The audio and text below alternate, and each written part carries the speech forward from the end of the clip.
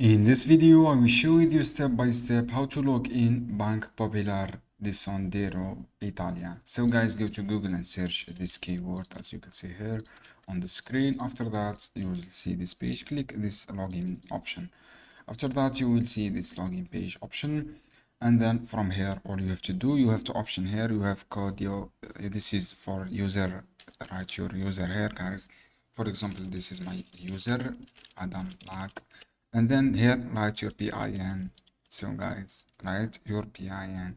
If you have any problem with your PIN, just click, if I try this on English, click, if you have trouble to log in, click contact us option.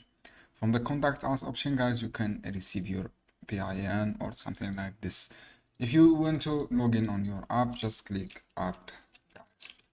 From here, you can download this app on App Store or Play Store, and then you can log in successfully with app. Just download the app through this option, and then you can log in easily with app.